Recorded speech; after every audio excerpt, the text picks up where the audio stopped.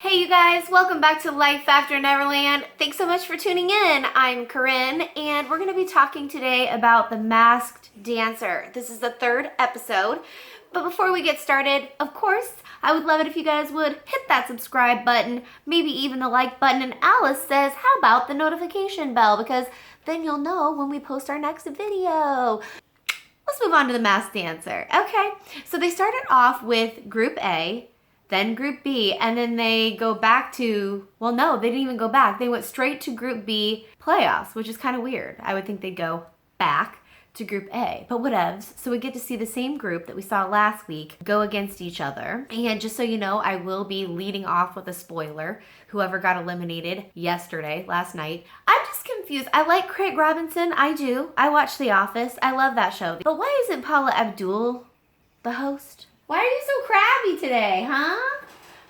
She's like, you're moving. I'm resting. Why are you bothering me? Okay. So now we're talking about the moth first. Why are we talking about the moth first? Because unfortunately, the moth went home. I was a little bit disappointed because in my opinion, I thought the zebra, that whole performance was just really weird. And we'll talk about that when we get to the zebra. I would have liked to have seen the moth stay much longer. I mean, I didn't think the moth's performance was like, woohoo, but it was definitely better than the zebra. Maybe they kept the zebra because the zebra has a lot of animation. And so maybe they thought, there's just a sliver of something else we'd like to see in the zebra. So I guess I could get on board with that. So the moth was none other than Elizabeth Smart. She was abducted, I believe, from her home. It was actually her bedroom. I think she was 14 years old at the time, and I think she was abducted for 9 months. So she has a pretty heroic story, fascinating story, and I think she's written 2 books. I love it when they have people on the show like this. They're inspirational. I mean, I didn't guess that. Obviously, last week I thought it was Monica Lewinsky, so they were throwing me for a loop, which I didn't even think or suspect that it would be Elizabeth Smart. So wonderful young lady and a great inspiration, and there really need to be more young ladies out there in this world for our children and our youth to look up to. I mean, she is 33 years old, but hello. She's beautiful. Hello, how old is Kim Kardashian anyways? We need more women like Elizabeth Smart. We really, really do. She showed a lot of vulnerability, and that's something that I feel like we're misled in our life to think that being vulnerable is a weakness. Showing your vulnerability is a weakness, and she is proof that you can be vulnerable and that doesn't make you weak. In fact, it's quite the opposite. And she's a perfect example of that. So yay! Was anyone else excited to see that it was her or just intrigued to find out more about Elizabeth? So now we're going to move on over to the zebra. The zebra's performance was so weird. It was just absolutely weird. I thought, if it was intended to be comedic, it felt awkward. Very, very awkward. And then there was this weird part where he ran up to the dancer and thrust her from behind. I was just like, oh gosh, no, I don't know. It just didn't, it could have been a total Will Ferrell moment. I think someone even maybe guessed, no, it was Sloth that they guessed to be Will Ferrell. Again, come on. If it is, shame on me, but no. Anyways, back to the zebra. It did remind me of a weird, awkward Will Ferrell performance, but it fell really flat. It was more really cringy than it was funny. So I digress way too much on that. I did not like that performance in the slightest bit. That song, everything about it was horrible. I started thinking, hold on a second. Did that choreographer, what is wrong with that choreographer? How did they not make that work? You could have just gone with the funny vibe. So either the performer fell flat or the choreographer fell flat. I don't know which one it was, but I just hated every second of it. And I wanted the zebra to go home this week. I really did. Anyways, I'm just going to give you a couple clues from last week and then maybe tie them in, remind you of a few that you saw last night. So the zebra, remember the zebra was sitting in a car with a license plate, and the zebra last week had a bronze medal with the number 3 on it, and the number 11 appeared. And then some of the clues that they had was UFC. They were doing a Facebook Live. I just, who's the zebra? I don't know. They keep saying that maybe it could be a boy band or it could be a Latin dancer. This is not someone who's definitely not a dancer. And it's definitely not a new kid on the block. Mario Lopez? No. Mario Lopez is a good dancer. No. Here's who people are saying the zebra is. Oscar de la Hoya. I have no idea who Oscar de la Hoya is, but I read about it and I'm gonna tell you just a little bit too. Please don't throw tomatoes at me, okay? It's just not my thing. Anyway, the zebra was revealing that he was raised in a rough part of town. De la Hoya hails from East LA, which fits the description. Before he turned pro, De La Hoya won a gold medal in a lightweight division in 1992 for the Summer Olympics. 11 is the number of world titles that he won. 128 was his weight when he started boxing. And then 154 is the minimum requirement to be a middleweight in his classification. So what you guys think about that? Those are pretty specific, so I'm gonna get on board with this. If you're liking The Masked Dancer and you think you know who the zebra is, let me know in the comment section, because I have no other guesses. Yeah, no, what, I mean. Now, as you guys knew last week, my favorite performer was the Cotton Candy. I noticed that her performance, which was amazing, was longer than the rest. It felt longer, but it made me happy because it was longer and it was really, really good. Her performance is what I feel all of the performances should be. I don't know why they have to do the slow motion songs. I would say if you're gonna do like a slow motion song, you definitely need to have an entertainer like the Sloth or Cotton Candy performing something like that. I mean, I know not all of them are like dynamic dancers like the Cotton Candy and like the Sloth, but there's gotta be a way that choreographer can kind of find out that person's style and skill and then make it so that it's suitable to the music and the entertainer. You know what I'm saying? Because even the Moth, like you can set your entertainer up for failure just by putting the wrong song up there for your performer. Like I kind of want to put that on the choreographer. Like they should know them by the third performance here. Well, the second performance. You should know the very first time you work with them what their style is. So then the next dance should be more suitable to their skill set, even if they don't have hardly any skill. I have to get on that, okay? Because I felt like the Moth should have stayed, and the zebra is animated, so why did you give the zebra a slow song? It just doesn't work for his personality, period. And you could tell that the Moth was like really uncomfortable with some of those salsa type of moves that she was doing. Maybe she could have done something different than that. You know what I'm saying? Oh yeah. So the Cotton Candy, here's something interesting. I read an article that I think it was Good Housekeeping, and they said that Craig Robinson said, "Hey, Julianne," to Cotton Candy, and it was somehow overheard and that she responded. So now people are thinking that it's Julianne Hough. I don't know. I mean, the Cotton Candy is a really great dancer and I could totally see, but something about Cotton Candy comes across very youthful.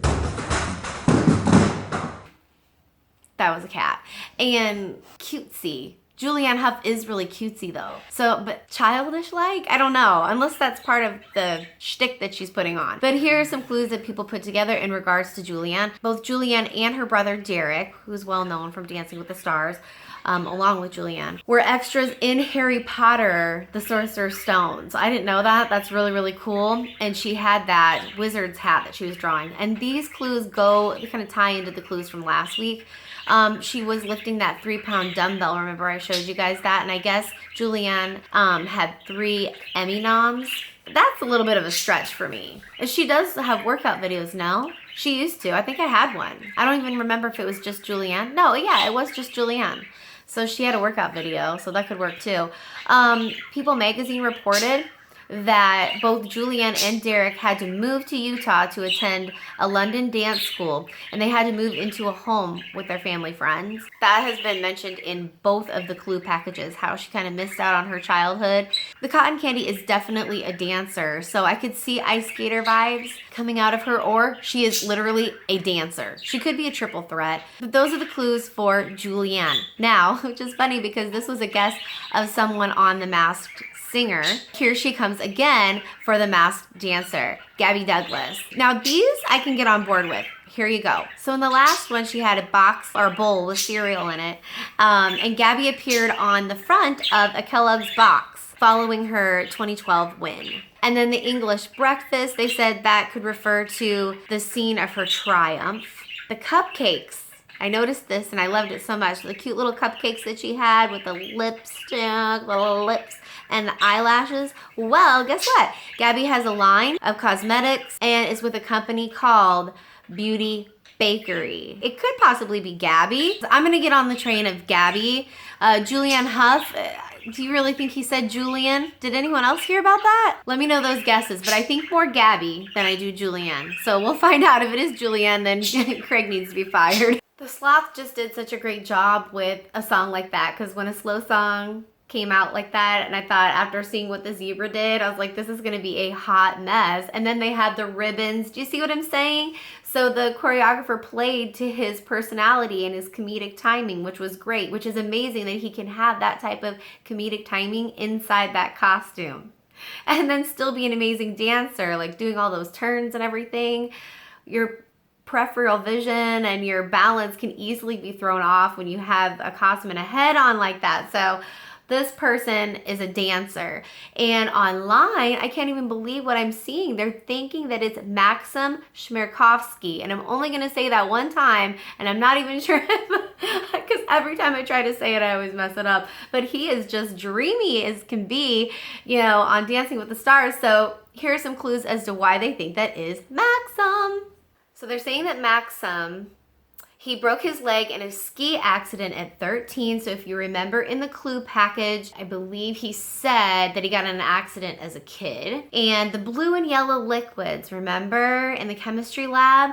Well, those flasks were representing the colors of the Ukrainian flag where Max was born. He mentioned Mickey Mouse. That could be because Dancing with the Stars airs on ABC, and that's a Disney-owned network. And some of these clues could literally be as much of a stretch like that. But here's some real good ones. So if you remember when he was brushing his teeth, in the first episode, it said Glee. They've paired up these combinations to some of his dance partners that he had on Dancing with the Stars. So Heather Morris was one of his partners. They had the number 13, and I guess that has to do with Hope Solo, one of his former dance partners.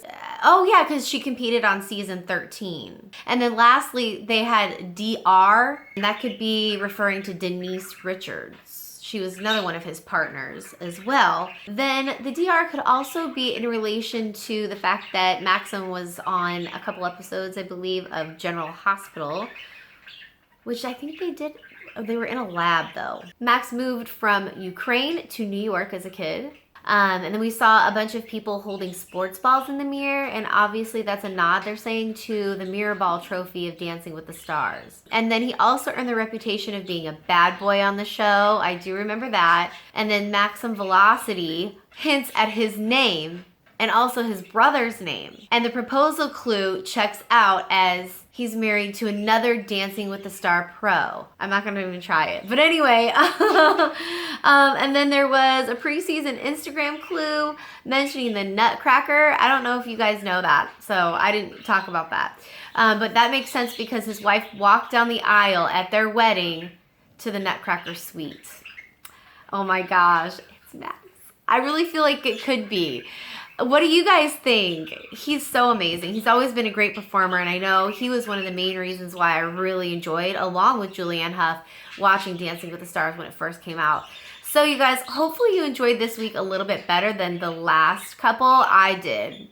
Week 3 has definitely been the best. I can't wait to talk to you guys about The Masked Dancer again next week. I hope everyone's doing well. Thanks so much for watching. Again, please don't forget to hit the subscribe button and the like button. And don't forget the notification bell so you guys can be tuned in to when we post our next video. So hopefully you'll find something on our channel that you enjoy. Thanks again, you guys. Mwah! See you next week. And all my life, I pray for someone like you. And I think it's better when I finally found you. Honestly, I don't like that song. Okay.